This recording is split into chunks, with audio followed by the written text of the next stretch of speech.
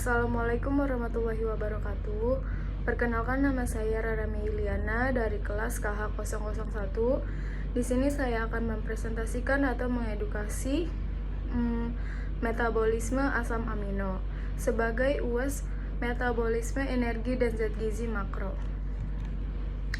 Yang pertama itu ada asam amino. Pengertian dari asam amino sendiri itu apa sih?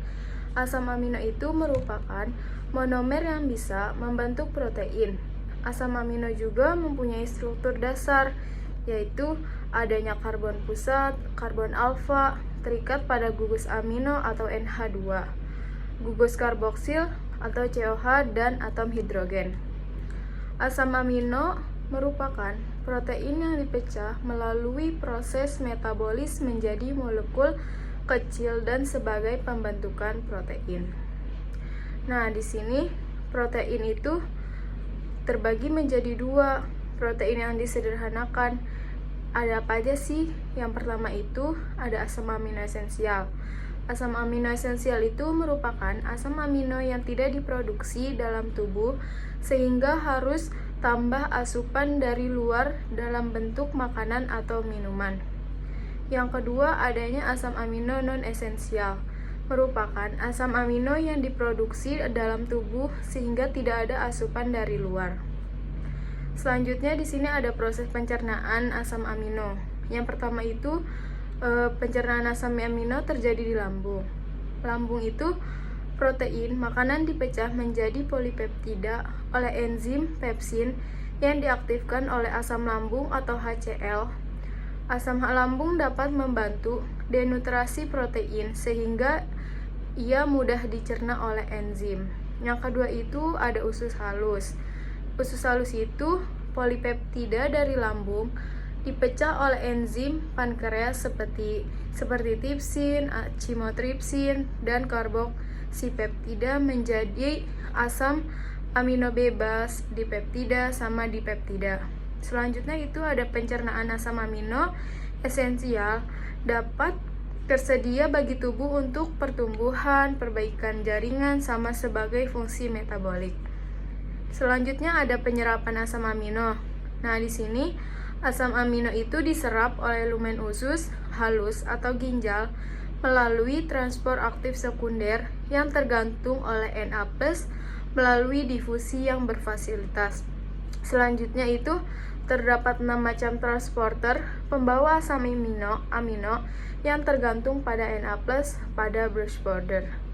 Nah, pada saat kelaparan itu epitel usus menyerap pada asam amino dari darah yang bersifat dua arah. Selanjutnya itu ada sirkulasi. Sirkulasi itu asam amino merupakan proses distribusi asam amino dari usus ke jaringan tubuh yang melalui darah. Proses ini bisa mendukung fungsi metabolisme. Berikut proses sirkulasi. Yang pertama itu adanya penyerapan ke vena porta. Asam amino dari usus halus diserap oleh dinding usus. Setelah itu, penyerapan asam amino masuk ke sistem peredaran darah melalui vena porta menuju ke hati. Yang kedua itu ada metabolisme di hati. Hati itu menyerap 57% asam amino untuk protein plasma seperti albumin sama globulin.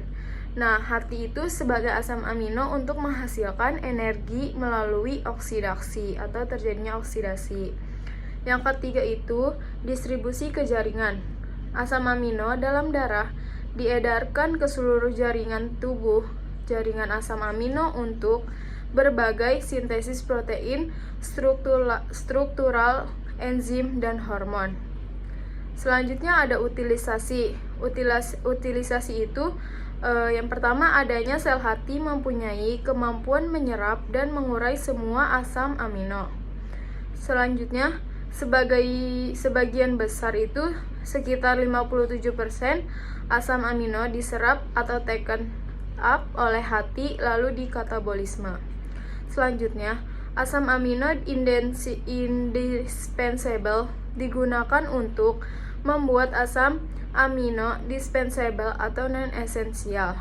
Selanjutnya, pelepasan gugus amino dapat dilakukan dengan melalui proses transaminasi atau deaminasi. Selanjutnya, hati, tempat terjadi katabolisme asam amino esensial kecuali itu ada di rantai cabang. Nah, langkah pertamanya itu metabolisme asam amino bukan untuk sintesis protein saja, tetapi juga dia sebagai pelepasan gugus amino. Selanjutnya, hati itu terdiri dari beberapa bagian. Tiap bagian memiliki peran yang berbeda untuk asam amino. Protein dalam darah, hati, dan organ tubuh lainnya itu dia mempunyai paruh waktu atau half life-nya itu sekitar 2,5 sampai 10 hari. Protein pada jaringan otot juga mempunyai T itu 1/2 atau setengah dari 120 hari. Selanjutnya, mempunyai rata-rata tiap harinya itu protein turnover itu 1,2 gram protein per kilogram berat badan yang diubah menjadi senyawa lainnya. Nah, protein struktural atau kolagen itu yang lebih stabil juga secara metabolik dan paruh waktunya itu lebih panjang, dia bisa mencapai sekitar 1 tahunan. Plasma protein dan sebagian besar protein juga itu intraselnya masuk paruh waktunya sekitar 1 jam sampai beberapa hari. Selanjutnya, sel-sel di seluruh tubuh itu terus-menerus mensintesis dan memecah protein. Setelah itu, sel-sel setelah memecah protein menjadi asam amino, lalu dia masuk ke depot asam aminonya, kemudian dia kembali lagi ke sel ke sirkulasi. Nah, selanjutnya itu di sini ada beberapa referensi. Saya mengambil 2 referensi dari Google Scholar. Sekian video presentasi dari saya. Kurang lebihnya mohon maaf. Wassalamualaikum warahmatullahi wabarakatuh.